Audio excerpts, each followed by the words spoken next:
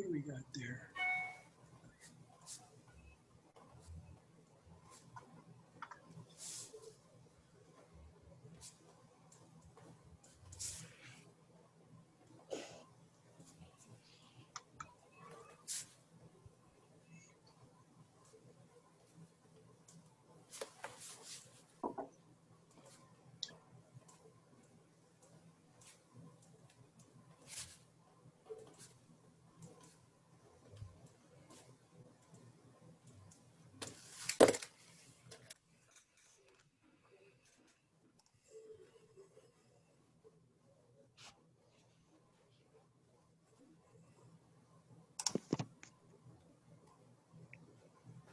Hello, can you hear me? Yep.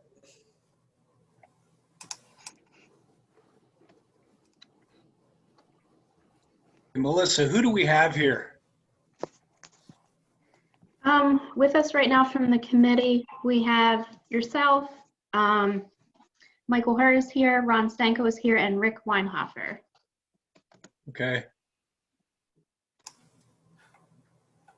And do we have any public comment?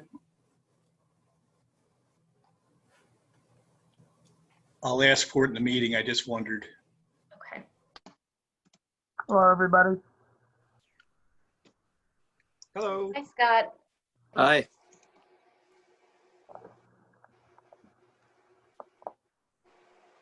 Well, I presume it's past 3:30. Let's call the meeting to order. Could we have a roll call, please, Melissa, although you just did it? Sure. John Woodward, Here. Scott Miller, Here. Michael Herr, Here. Ron Stanko, Here. Rick Weinhofer, Here. Robert Keith, and Eric Ostomchuk. So we have enough for a quorum, right? We do, yes.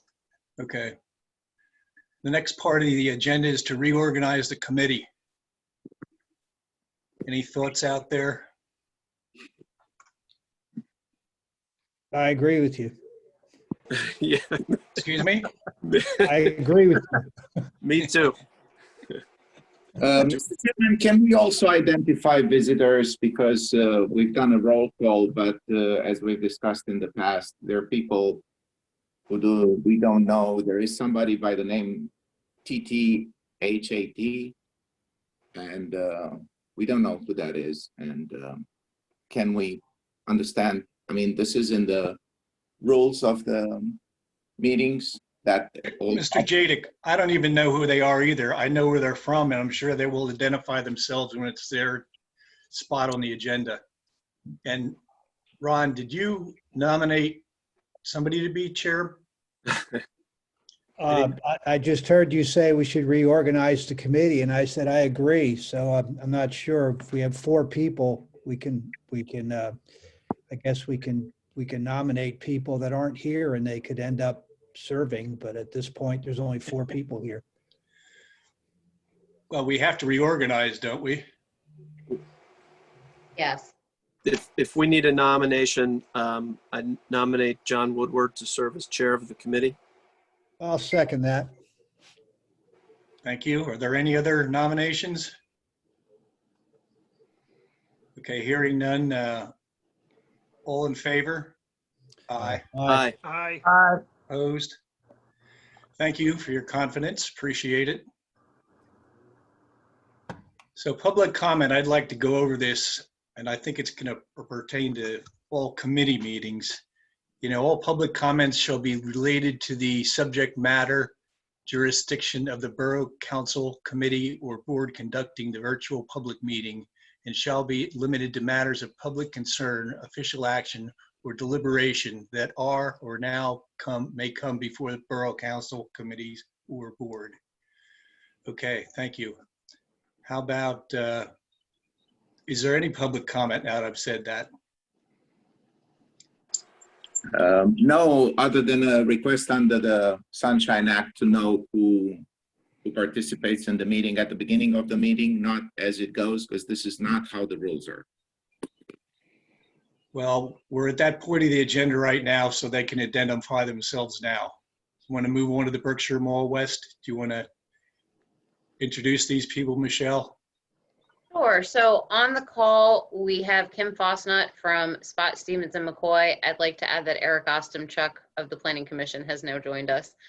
Joe Nasty on behalf of Allied Properties, which is the owner of the Berkshire Mall West property. John Wickner from McMahon & Associates, who is the traffic engineer on behalf of Allied Properties and the Berkshire Mall West, and Troy Hatt, who serves as the fire marshal for the borough regarding emergency access from Berkshire Mall West to Berkshire Court, as had previously been discussed during the approval of the Berkshire Court Hotel back in 2018. So who's up? All right, that will be me. Hi, I'm Kim Fosnut. Michelle, are you sharing your screen? No, Melissa is. Melissa, do you mind if I share the plans? Sure. Let's see if I can get you.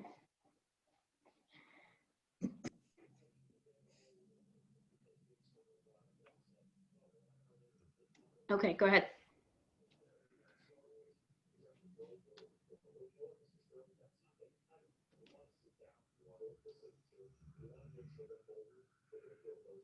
Let me know if you see that. Yep. We see it. Awesome. So this is the existing site plan of the overall area of project work. right here in this upper area is the existing H.H. Gregg, and over to the right, plan north, is Old Country Buffet. Then to the south immediately, you have Outback, and then TJ Maxx. And then there's the vacant bank right here and Customers Bank right here. Just to give you a little bit of context of where we're planning on putting the proposed driveway location.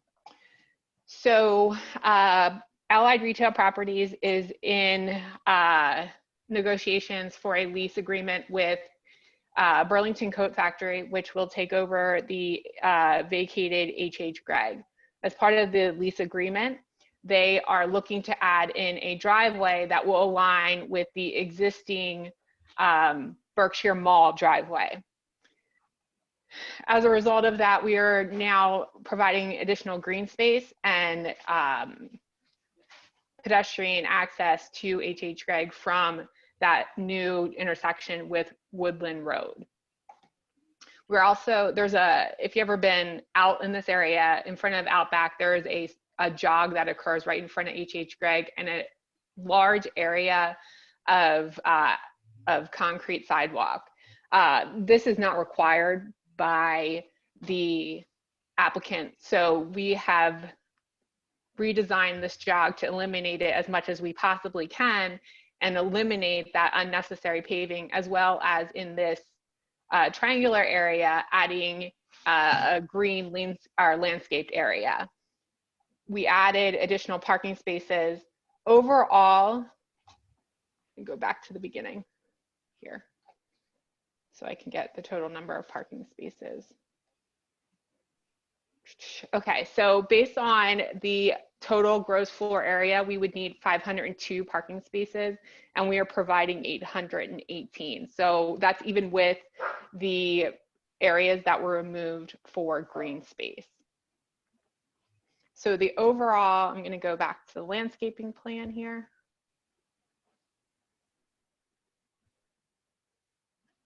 Okay. All right, this is showing you the green space. So the little hatched areas with the little diamonds are the green grass areas, and we provided some street trees along with some a shrub row up against to provide an inviting area to turn into. And then you can see the enhanced green area in front of Old Country Buffet. We also provided pedestrian ramps across the proposed driveway. We have received comments from both TPD relating to the traffic impact study and McCarthy from the overall engineering design. I didn't know if you... I lost your video. I've seen everybody else, but your video's gone. Does everybody else still have it? I have it. Sure. All right, well. I do. Okay. So I didn't know if we wanted to go line by line over the comments or just touch on comments of concern that would need a discussion with the Planning Commission.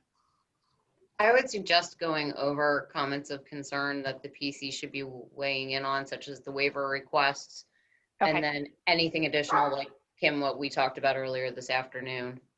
Right. All right. Can you give me 1 second? My dogs are deciding now is a great time to bark.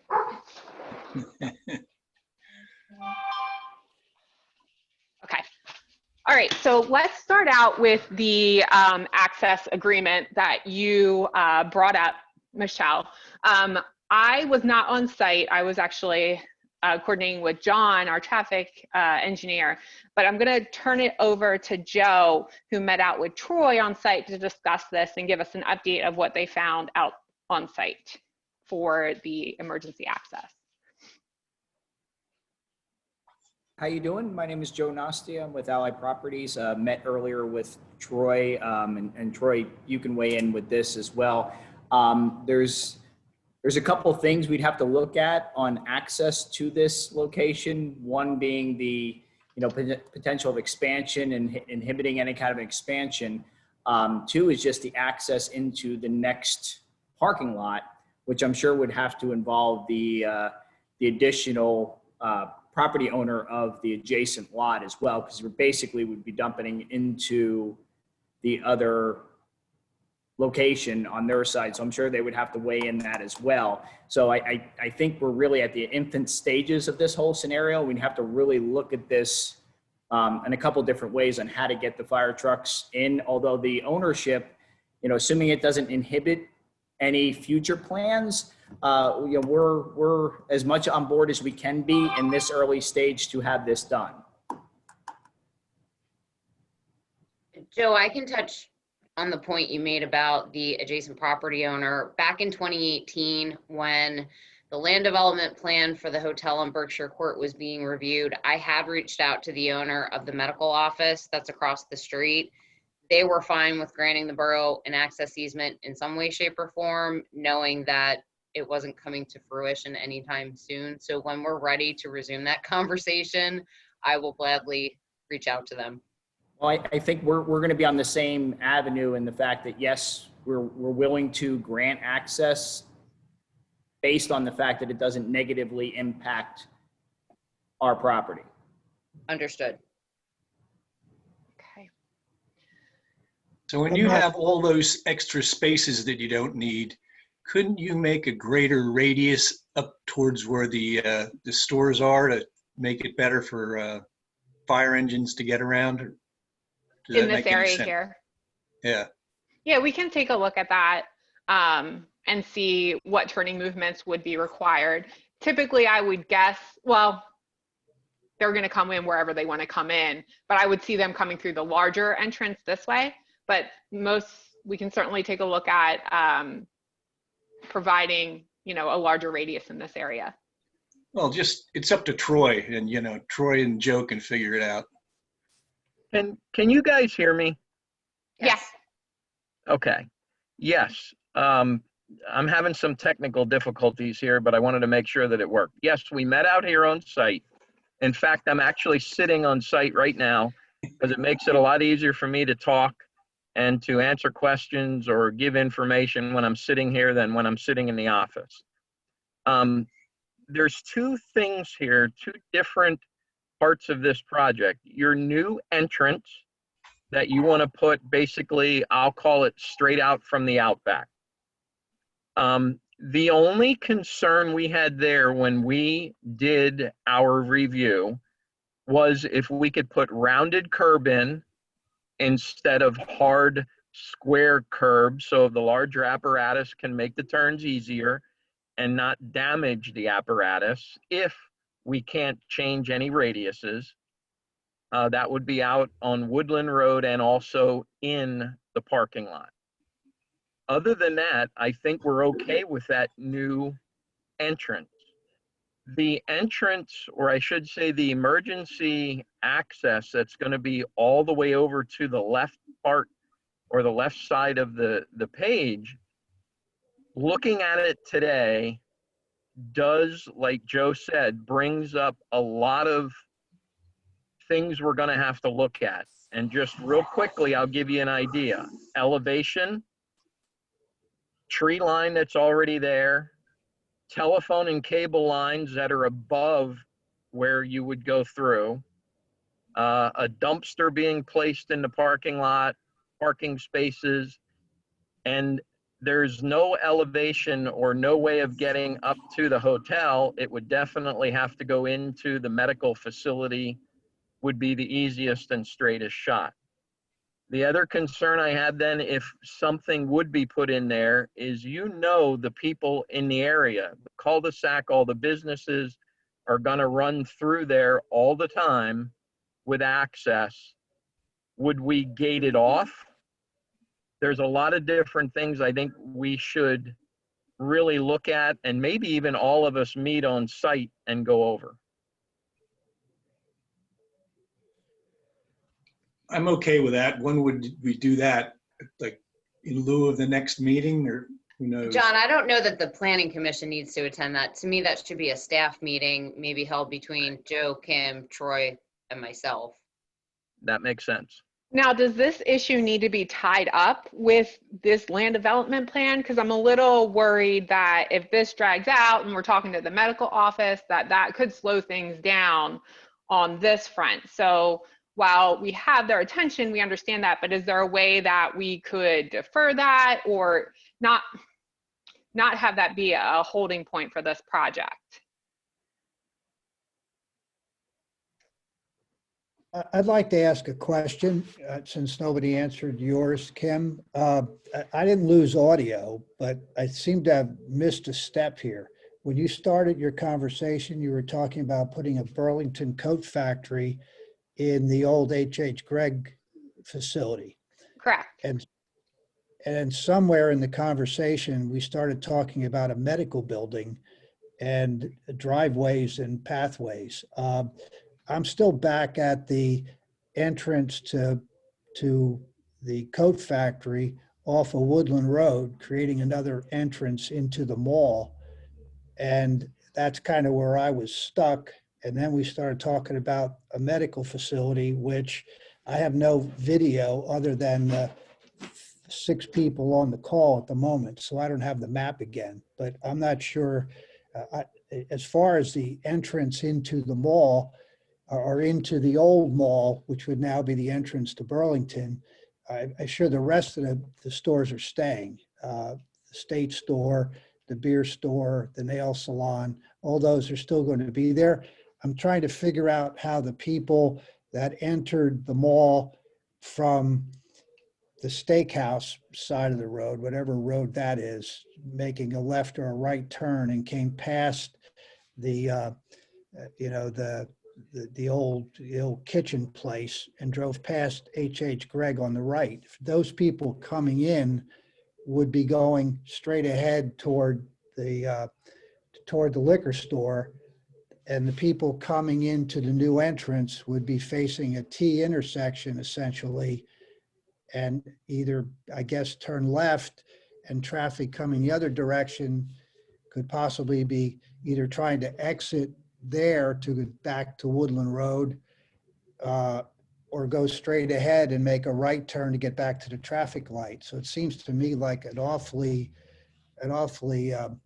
confusing set of traffic without stop signs, left and right turns. Yeah, I'm not so sure how I'm that glad works with you, this medical thing. okay, so I'm gonna answer one of your questions and then I'll explain the medical question and how that fits into things. Okay, so your first question, as part of TPD's review of the traffic impact study and then the plans, they had recommended a 4-way stop in front of Outback, or actually a 3-way stop, controlled intersection in front of Outback. We feel as though this is a good idea and that will control that intersection. So that will be added to the plans and we will be taking the recommendation. So that will address that controlled intersection in front of Outback. That was your first question. Now, the second question is regarding the medical facility. I just want to make it clear that there are no medical facilities being planned for this site. This is strictly a commercial strip mall. The medical facility, you can't see, behind what was AC Moore is Reading Pediatrics. And then off to plan the south or to the left, if you're standing in the vacant parking lot of AC Moore, is the hotel. There was a comment in our review letter that was requesting an easement in this area to provide emergency access to that hotel. That ties into the conversation that Joe and Troy were just discussing about all the issues that they see, that we would need to bring in that medical facility, which is Reading Pediatrics, into the conversation because we are going to need an easement from them as well. So they aren't part of this development that we're showing for this parcel, but it's in the conversation of easement.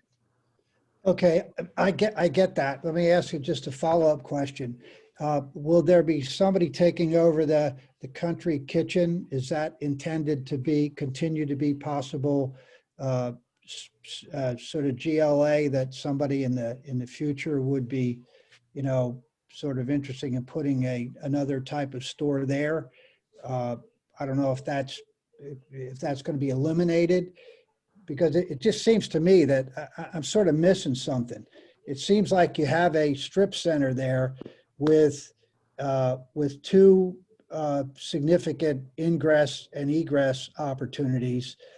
And to put a three-way stop in there with the potential, assuming we come out of pandemic world at some point and somebody else wants to put another pretty cool spot next to Burlington Coat Factory, the opportunity for like the log jam of the century would be certainly possible with a shortcut ingress and egress into the mall, the strip center, with an ingress and egress at one end, the other end, and smack in the middle. It just seems like it's almost like putting a three-way stop sign in the middle of the Berkshire Mall parking lot and still having two entrances and cutting another entrance into the middle of that ingress and egress. Seems like an awfully expensive proposition for the potential tenant simply to have a straight shot into Burlington, but it's not even straight because you still have a stop sign to deal with and people going three different directions at the same time. You'll have people backing up on Woodland Road just to get into Burlington without We have- without a traffic light. Ron, we have 2 traffic engineers participating in this meeting. One of the firm that recommended this and one of the firm representing the mall, well, I should say the property ownership who, Kim just spoke to. They agree with what's being requested. Eric or John, would either of you like to weigh in on this topic? Thanks, Michelle. Maybe I'll go first. John Wichner with McMahon Associates. So prior to completing a traffic impact study, we reached out to traffic planning and design to discuss what they would like to see in terms of analysis and traffic counts and planning for the future.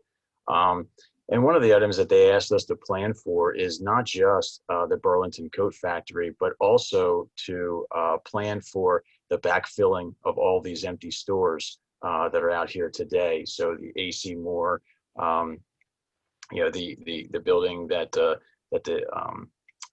Burlington Coat Factory is going into, even so far as to adding traffic due to Outback Steakhouse, which may be operating at about 50% capacity in the fall when we took our counts. So a lot of the items that you're raising was taken into account in the traffic impact study.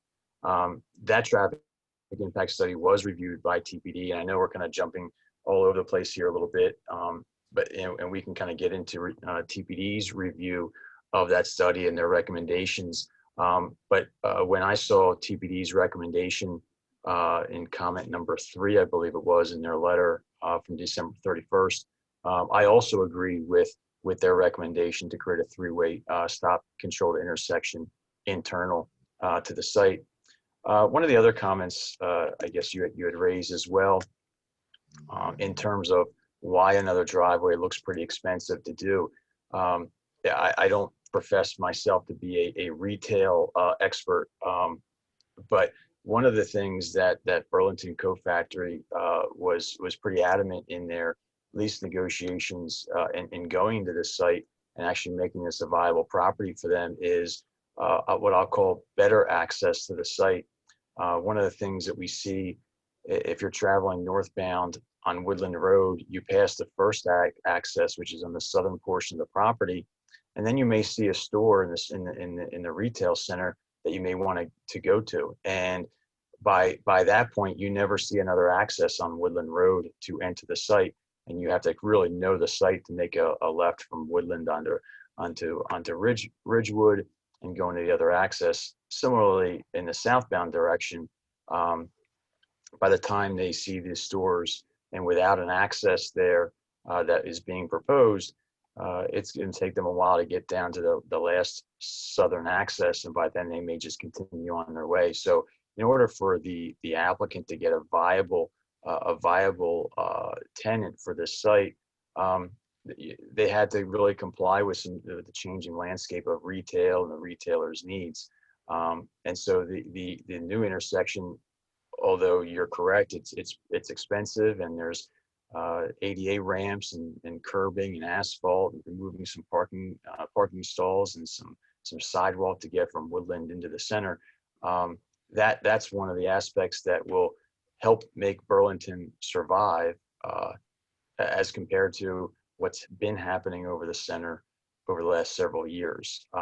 So that was the philosophy behind the addition of what can be considered an expensive intersection or driveway, but that will help the tenant actually survive, hopefully this time around. So could I just ask a follow-up question, which might make things a lot more or simpler in my head? Is the ingress and egress planned from Woodland Road? Is that similar to what's going on at the Rite Aid, where you have access coming one way and exit the other way, or will you be able to enter and exit going both directions from that location?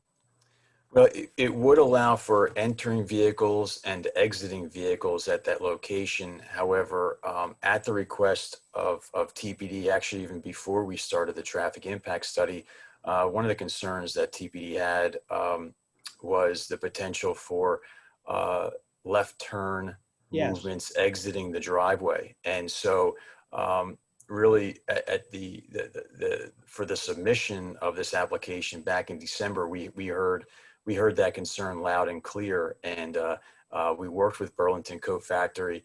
They didn't like it, but they understood some of the concerns about left turns exiting the property at that location, and we had recommended to the internal team here to restrict that access to only allow right turns leaving the site, and to physically restrict left turns.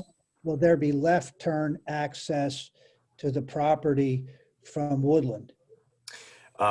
From an entering perspective, the proposed plan does show left turns entering the property from Woodland. There's a two-way center left turn lane along Woodland that allows for restriping that area for its own dedicated left turn lane. There is a comment in TPD's letter that asks us to evaluate that a little bit further. In fact, I had a conversation with TPD earlier today where they're looking for a little more information from some geometry modifications to satisfy some of their concerns for the left turn in movement, which I had committed to TPD in doing so to look at some geometry modifications for that at their request. But the goal is to allow for left turn movements in because there is an area for a left turn lane to be striped. And quite honestly, again, I'm not the retail expert, but eliminating the ability to make a left in at that driveway basically makes Burlington Coat Factory walk away, which leaves the site basically as it would be today with a bunch of empty storefronts.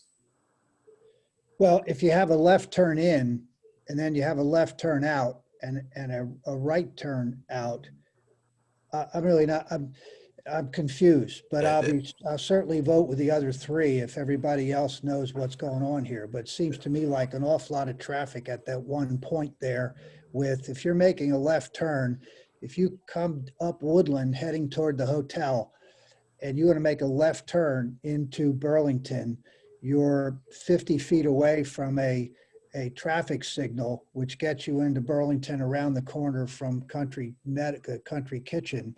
But if you have a left turn there and you have a traffic light that turns green and you're not in pandemic world where there's lots of traffic, you have people, how do they get across that roadway of people traveling the other direction on Woodland? After they get through the traffic signal, they have to wait for people to make a left turn into Burlington instead of driving up to the light and going through with a left turn signal. Well, there will be no left out of that the new proposed driveway. That will be physically restricted with concrete curbing, a mountable concrete median there. And there's a little triangular piece of concrete curbing that physically restricts left turns out. The left turn lane in would be made from its own dedicated left turn lane on Woodland. That's basically out there today, just with some restriping. the up at the signal at Ridgewood and Woodland, the timing of that signal does create gaps in traffic where as Woodland is stopped because Ridgewood has the green light, it does create some gaps in traffic which allow those left turns to be made into the center. And TPD had asked for just a little more information on the geometry there, you know, which is all kind of part of the review process with a resubmission. I'm good with whatever the rest of the folks agree. My only traffic expertise is being stuck in it. So if you guys have that solution knocked, and I'm all for it. Yeah. I don't know. So this isn't the final plan, or is it? This is preliminary final. Okay. Kim, can you hear me? I'm sorry. Yeah, Okay. I don't know who it is, but yes. It's Eric, but I did have a possible answer. I know you had a question regarding the emergency access, so hopefully I'll remember to get back to that at the end of talking about the access. And, you know, I agree with what John's saying. I haven't seen the TPD letter, but certainly restricting left out is, you know, eliminating the most hazardous movement there. I agree that there's the center left turn lane and creating gaps from the signal, which, Ron, is not, it seems like it's 50 feet away, but it's probably closer to 250, I would say. So I drive this road, you know, many times a day. And I think this is a very viable access point. And to your point that it's an expensive endeavor, but certainly, you know, when it comes to retail, access is everything. I know John, you know, what he said, you know, I deal with all the time when I'm in his chair is, you know, trying to get the access that the retailers require while, you know, within the confines of safety. But I certainly think John has a very viable, safe plan here. I did have some questions. I don't know if they were covered in the letter. I don't know if anybody else wanted to dwell on the actual access, but I had some questions about the pedestrians. And I don't know if that came up at all, John. Yes.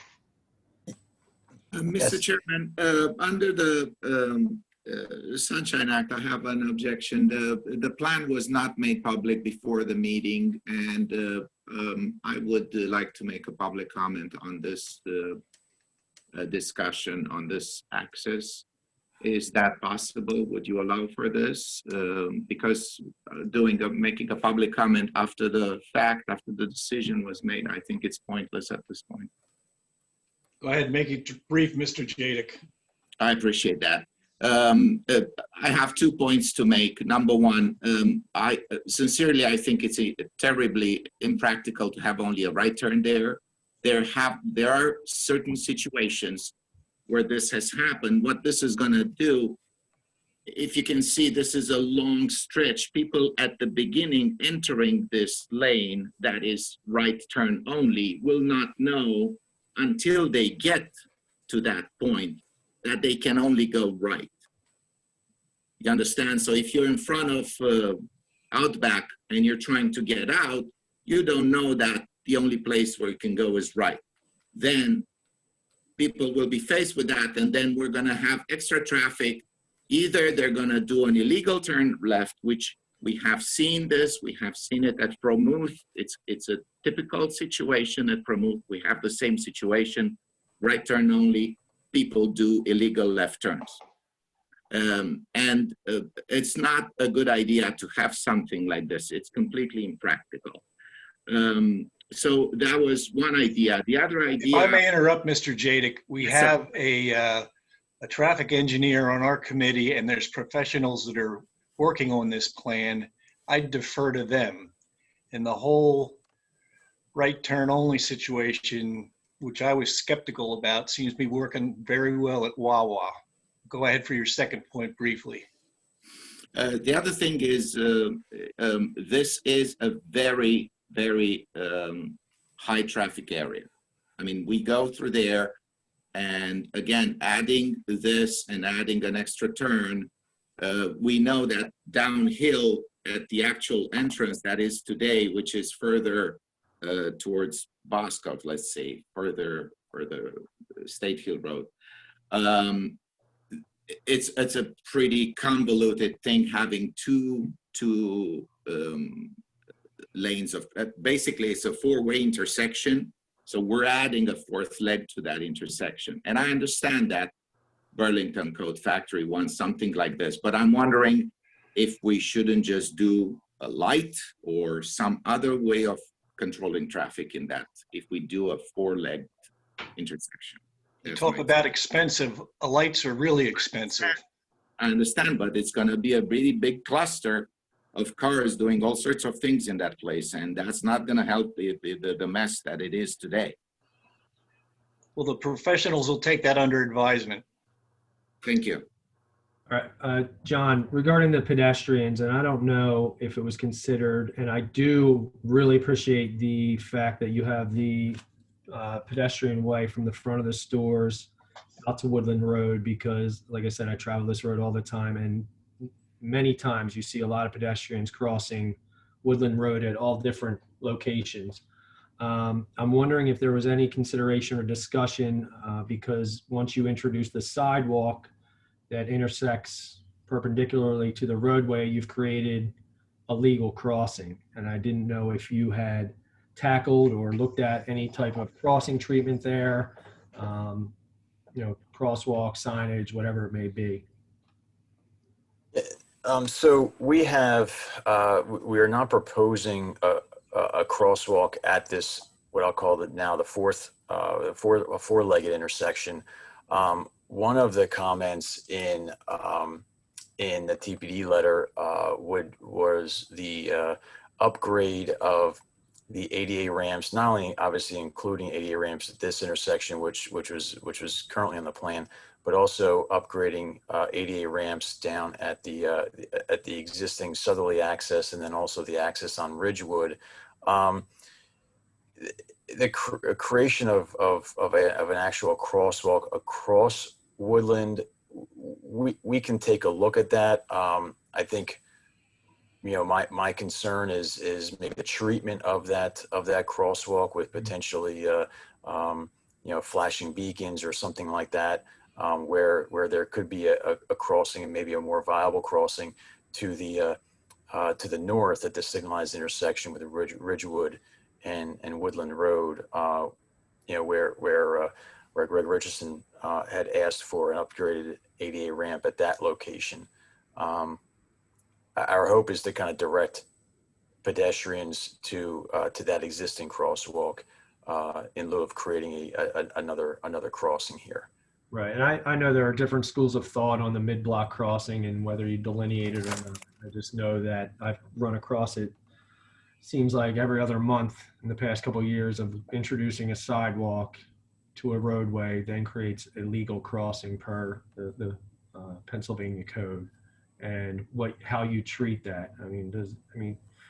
The way you're describing it, consideration might be given to not bringing it in perpendicularly and curving it around towards the north, I'll call it, towards Ridgewood or something else. I just wondering if you taken a look at it and if you had any thoughts on the matter.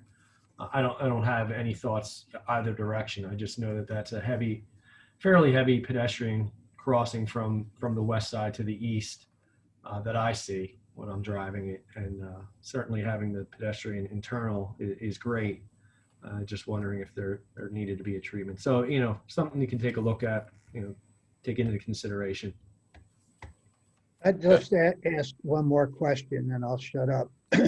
Are the traffic folks that were involved in Wawa from the state involved in this project? Because it seems to me that the complexity of the traffic flow at this location, with all the different things we have going on, not the least of which is we don't know what's going to happen to the Berkshire Mall and how that's going to impact traffic on the other side of the street, and what's going to happen to Country Kitchens. If they're on board with this plan, then I'm good with it, because they held that plan up forever about a couple trees, and that seems to be the easiest intersection that was ever developed between the the right turn only out of Wawa from Penn Avenue and the right turn in from Penn Avenue and the right turn in from Park Road and the right turn out, it seems to work very, very well. And if they've thought about all these things that we're talking about, which quite frankly, Zoom calls to go over this kind of stuff in the detail that's being discussed, it's very difficult to have a meeting at 3:30 and not know what all the experts have looked at 10 different times and be able to not hold us up for 6 hours. But it's tough to digest all this stuff. So if you've got state experts working on this and they're okay without traffic lights and stop signs and green grass and sidewalks and handicapped access, if they're signing off on this, I'm on the team. And just as a point of clarification, because Woodland Road and Ridgewood Road are not state maintained roadways, PennDOT typically does not get involved with the access design or analysis of the driveways. However, that really is the reason why Wyomissing Borough has their own traffic consultant appointed at the borough, because they act as kind of the peer review of what we're doing with the center. And you had mentioned the Wawa. Is the Wawa that you're referencing, is that the one at Park and Penn Avenue and Park Road?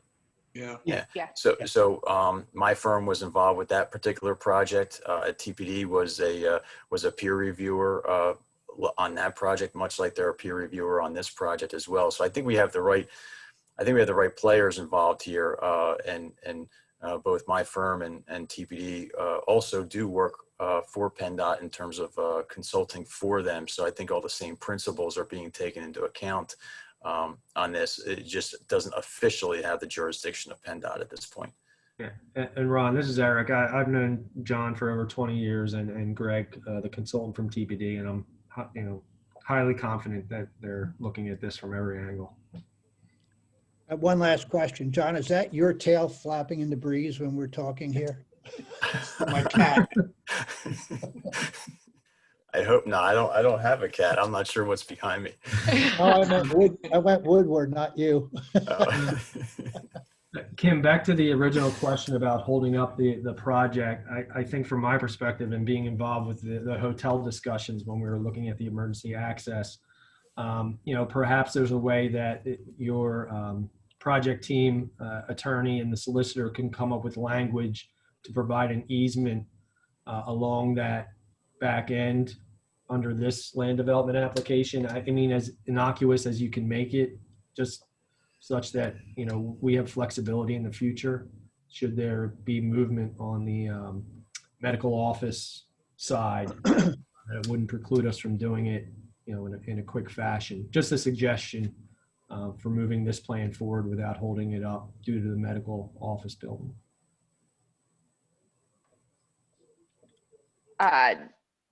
Joe, do you have any issues with doing something like that? I don't. I can talk to the powers that be and then try to work something out that is not going to put us in any kind of, as time moves on, kind of looking down. But yes, I think we can put something together. Okay. I'm just worried time-wise, in case you guys all were. Timing. Yeah, timing is really critical for this plan because turnover for Burlington is going to be on August 8th. So if that drags on, we can't come to an agreement. Reading Peds is, dragging their feet, that gives Burlington the opportunity to pull out of this project. So it's really, really critical. And that means that all the construction needs to be completed by August 8th for this. Well, nobody wants them to pull out, that's for sure. Both Right. sides of the equation. Right. Agreed. So that being said, I think there's a few things that I just need to summarize. Based on TPD's review letter that they issued, John is going to be coming up with some geometric modifications to what you see here. They won't be extensive, but it's just to provide the safest intersection possible. Another issue that came up was the handicap ramps at Ridgewood and Woodland Road. Since we will need to do a signal modification, that is put in PennDOT's hands. So the ramps will need to be approved by PennDOT through that traffic signal plan modification. So in doing that, that, as we all are aware, could also slow up the process of approval. So we were looking at a way that we could potentially post escrow for that, but not have that portion of this. They are good. Joe, the applicant, is going to upgrade these ramps as required for PennDOT if they do not meet, but we want to somehow separate that so that either they post escrow for that so that they could do that at a later time as soon as they would get that permit. Obviously, best case scenario, that PennDOT is rock stars. They review it in 2 months because they're crazy and they can do this all in one shot. But we all know that it's a state agency and we're at their mercy. And especially if another pandemic comes along and they shut down, not comes along, but it, you know, ramps up again, then they could shut down and that would really wreak havoc on everything again. So that is something that we are looking for options to kind of not, you know, have this project held up for that. Tim, this is Scott Miller. Is this the first submission of this plan? Yes. Okay. So this is the first review round that we've had with the comments and everything, and I think we had a pretty good dialogue. I think the traffic has a good direction on what needs to be done at this point. I mean, I don't have any objections to what you're proposing, but I think probably at this point, the best recommendation would be is that you address everything and then come back next month, and then we should be in a position to maybe recommend conditional preliminary final plan approval at that time. So the likelihood that everything would be addressed, because the submission for that would be next week. So likelihood that we would have everything addressed within a week is unlikely. So we would have to take a look at that schedule and see how that impacts us making that submission then for March. All right. Kim, the other option is we could potentially hold a special meeting, even potentially a special joint meeting of the Planning Commission and Council to keep the project moving forward if need be. We'd have Okay. to obviously pick a special date and, you know, make sure we at least have a quorum of one, if not both bodies available, but we've done that before. And, you know, if need be to keep it moving, we could do that. Okay, yeah. Yeah, because a lot of the comments that you're seeing, that if you reviewed the letter that you saw, were very, like, they're drafting, they didn't have a lot of impact. The one that is going to have the greatest amount of impact is obviously the geometric modifications that John spoke of. And I think that's something that the Planning Commission would definitely want to see prior to giving conditional approval. So if we could do a special meeting, or let's say we get something in 2 weeks before your meeting instead of the 3 weeks, maybe we can take advantage of that meeting and just not having that 2 week or 3 week review time. Craig Bonenberger is filling in for Jim McCarthy on this call. Jim's on vacation. Craig, I know, hi. I know in, you know, some prior special circumstances, we've allowed an applicant to submit 2 weeks out instead of 3 weeks out. Just looking at the calendar, the February Planning Commission meeting is actually on Monday, February 1st. So if Kim was able to get us something no later than end of the day on Friday the 15th, do you think your office would have adequate time to review that? Yeah, I believe we would. My biggest concern really is stormwater comments that I have. Yeah, and did Addison reach out to you? No, he has not. Okay, he should be any minute now via email to set up a time and discuss those comments Okay. with you. Yeah. Okay. Well, if if he wants to actually come in sometime, we can do that. He No? hasn't been in the office since Oh, March, okay. so. Okay. Okay. But you can set, if you're using Teams, he can set up a team meeting. Yeah, we use Teams. Yeah, that's probably your best way. Okay. Okay, that's fine. So Kim, do you think, I'm sorry, I'd like Craig. to ask an attenuated question with regard to the country kitchen. Is the construction that's that we're talking about with regard to Burlington, would that solve the problem of access for another tenant into the Country Kitchen? Or would that pose another set of traffic issues that might have to be addressed to make that a viable location? Or is that still going to be a viable retail operation once all this stuff is done for Burlington? Or does that become sort of a, poor stepchild on the end and we're not sure what to do with it?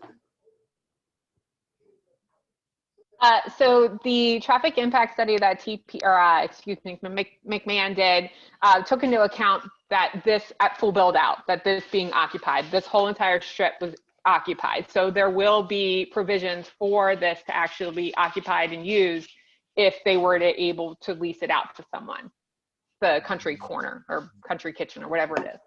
Old Country Buffet. Oh, thank you. Does that answer your question? Yes. I didn't have a question. I just had a comment regarding the signal application and the ADA ramps. I think there's an opportunity for, as you described, go through an escrow route because the borough would need to be the applicant to PennDOT anyway for the signal modification. So I think there's an opportunity that if your project team was completing the work and the money was escrowed, that I certainly wouldn't have a problem with moving forward, knowing that that was moving in the right direction. Okay, is that it for that part of the presentation? I just want to confirm, Kim, you're okay with the January 15th deadline for resubmission? John, are you good with that? Yes, between now and between No pressure. right between now and then, and I'm just kind of looking at schedules, and back calculating, our efforts with TPD on some geometric modifications would need to happen this week to get some concurrence from Greg Richardson to then make their way onto this plan. And then Kim and her group would need to do some minor plan changes on that plan. I think if we can, if McMahon and TPD can coordinate this week with some concurrence on those modifications, I think that could be, we can get some stuff over to Kim late this week and then get in by the 15th. Okay. Yeah. I'll have my guys ready. So yes, we'll commit to the 15th. I don't mean to lengthen the time that anyone needs to stay on, but I was just noticing, is there a plan for relocation of the monument sign on Woodland? Yeah, they are going to be relocating that. They don't know where yet. They're going to be working with a sign contractor for that. And if that needs to go through a variance process, which hopefully it doesn't, they will then go through that. But it will be removed and relocated or updated, upgraded in the future. Eric, Joe Nosti and I have had some conversations about that sign, and based off the preliminary information he's given me, I don't think we're going to have any zoning issues with approving the new sign location or new sign itself.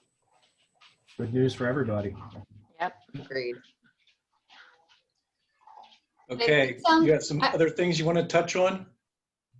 John, this is Beth Cole. For those that don't know me, I'm filling in for Chris Hartman. I'm from the solicitor's office. I was just going to say that if we are going to give this another month, I think that gives an opportunity for our office and staff to work with Joe and his team to come up with what kind of, assurances related to that access drive make sense, work for everyone here so that at the end of the day, the borough ends up with what we need. But also, understanding your needs. So that gives us some time to kind of sort out those details in case it becomes a condition of approval. That sounds great. Agreed.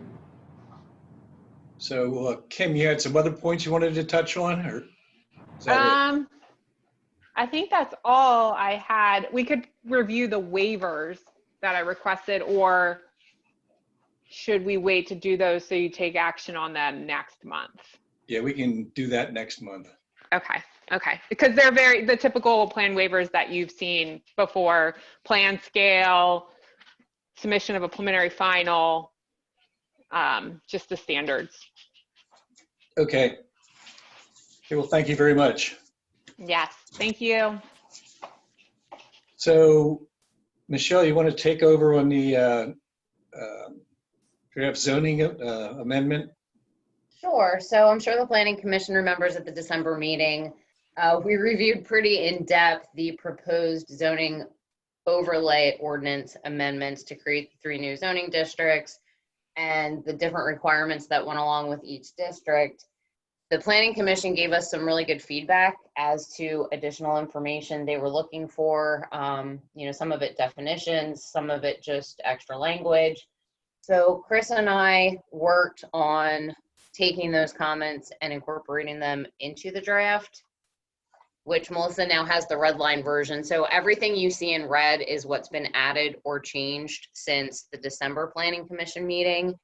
And since we already reviewed it pretty in depth, I think we can stick to the red line comments unless anybody feels differently. The first would just be a date change since it's now 2021 instead of 2020. The next is the addition of language that Jim McCarthy had thrown out about how to spell out the distance from the structured parking access from the intersection. So Craig, who is on the call right now, was able to provide the language that you see in red, which is, as Chris and I termed it, engineering speak. So Craig, do you want to explain to the Planning Commission? Yeah, it's what this basically does is define where that 50-foot mark is measured from. And the point of tangency, all of the borough streets have a curb radius at the intersection. And we're saying that 50 feet is going to be measured from where that curve radius intersects with the straight line of the curb. That's where the point of tangency is. And that's where the measurement will be made for the 50-foot dimension. So that language was added to the redevelopment areas where anything with structured parking and the entrance to the structured parking is included. The next edit was under number 3. We were talking about urban campus design, and I don't remember if it was Eric or Scott. One of you asked for a better definition on what we meant by urban campus design. So Chris added language to say a dense, vertically oriented design rather than sprawling, with sidewalk connections, landscaping, and lighting between buildings and between public sidewalks and buildings which encourage pedestrian movement. Amenities, restaurants, and services are accessible to residents without the need for motor vehicle transportation and are distributed along internal or external street frontage of the community in a manner resembling a main street. Does that match something close to what the Planning Commission was looking for as a definition of urban campus design? I think it gives a definite definition that's associated with it, so I have no problems with it. It looks good. Okay. Anybody else want to comment on that? I'm okay with it. Good. The next red line is again adding that 50-foot dimension and, you know, giving further information on where and how it should be measured. Under section 504D, additional requirements, we added that the landscaping plan must be prepared by an architect or registered landscape architect and shall be submitted to the borough and approved by the Planning Commission, meaning that this body will have the ability to review that landscaping improvement plan as part of any project that comes in under the redevelopment overlay regulations. We also added that sentence, landscaping of the perimeter of the project site and the interior of all non-covered ground level parking areas must be included. That look all right to you, Scott? I don't like the word architect, but I'm okay with it. Because normally, you know, it should be a licensed landscape architect, but to give it a little bit broader use, I think the architect is fine. As long as it's sealed. Do you want the requirement that it be sealed added? I mean, a lot of regulations are now including that. It's up in the air. I don't have an objection to the way it's worded. Okay, I mean, I can 'Cause you ask use the Chris. word, you use the word registered landscape architect. So normally, you should really have it, license associated with it. Okay, I can ask Chris just to add it in as a belt and suspenders approach. Okay, well then that's fine. I believe that was the end of the edits.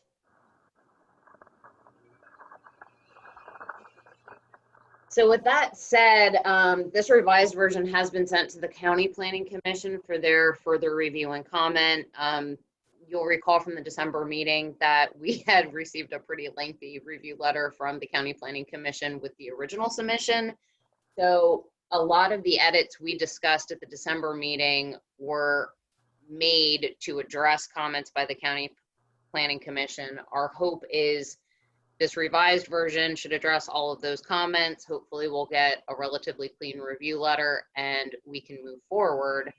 If the Planning Commission is so inclined, you could make a motion at this meeting to recommend council advertise for adoption the ordinance as you're reading it today, not the black line version, the clean version, subject to the forthcoming review letter from the County Planning Commission and, you know, any potential further action that may be required as part of that. Would somebody like to make that motion? I'll make that motion. Scott Miller. Is there a second? Second. Any discussion on the matter? It looks Okay. good. It looks good. Great. All in favor? Aye. Aye. Any opposed? That's great. I know, Michelle and Jim and Chris have done a lot of work on this, and looks like we're finally across the finish line. So, And I'd like to add, once we cross the finish line on this, we've already started working on updating and revising the subdivision and land development ordinance. So you, the Planning Commission, will have plenty to continue reviewing in 2021. Looking good to forward know. it. Okay. Could I ask one other question, which Sure. I'm not sure anybody has the answers to? With regard to the public comment on the Sunshine Act, actually Beth is probably the best one to answer this question. Are there any ramifications to that comment with regard to us moving forward on everything we just discussed regarding that particular issue? With regard to the ordinance, Well, do you mean? No, was somebody, a resident wanted to make public comment but hadn't seen the plan for the Berkshire Mall West?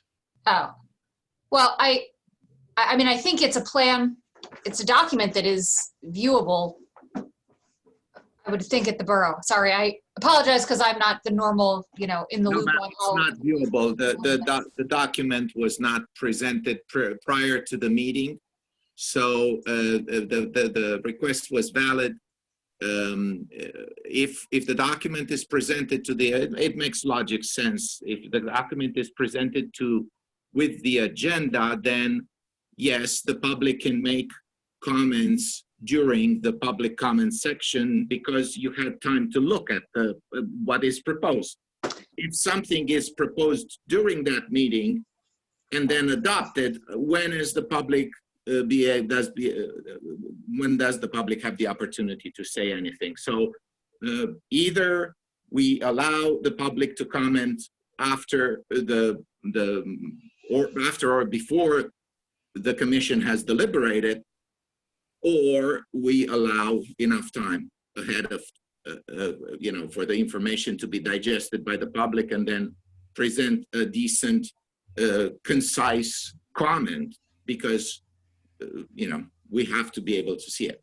So, And again, Mr. Jadek, Mr. Hartman has explained to you in the past that any committee is not the final formal approving body, that's council. So you have time between now and next week's council meeting, which in this case, council is not taking any action on this plan, but you could submit a right to know request to review the plan between now and next week's council meeting or any future council meeting.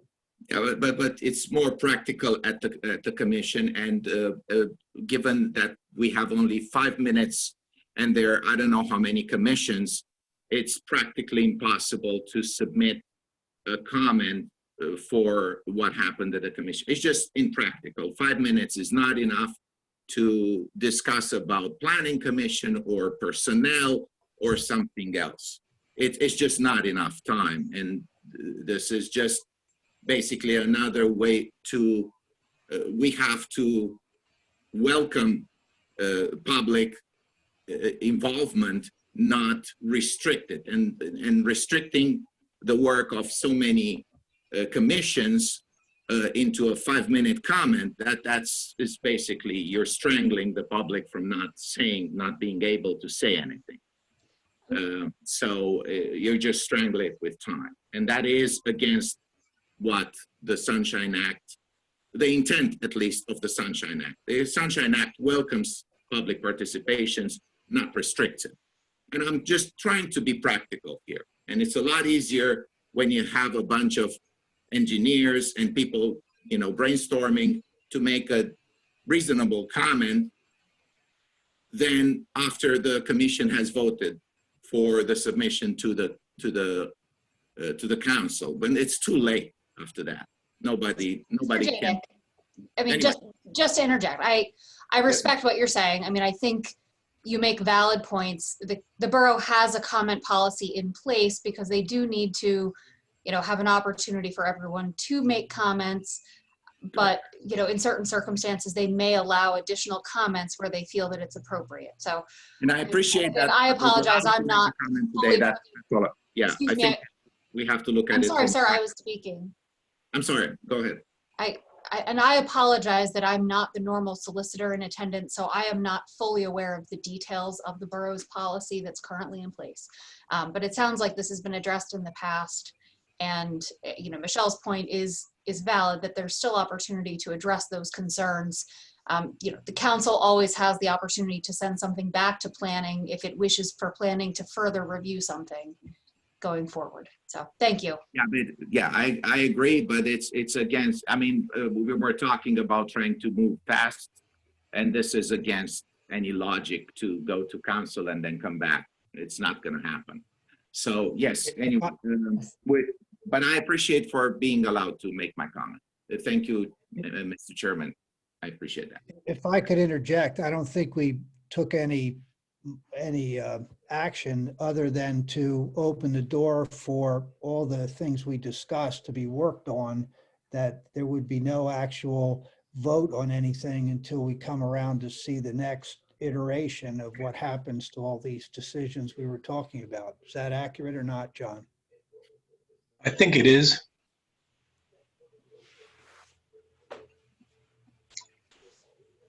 So Well, at the end of the day, if I sort of dodged a bullet, you got public access to everything that's being discussed, and no vote was taken on anything that was discussed until such time as that information's resubmitted. So between now and then, which sounds like it's going to be in February sometime, there seems to be plenty of time to engage the public, whatever fashion anyone chooses to do, correct?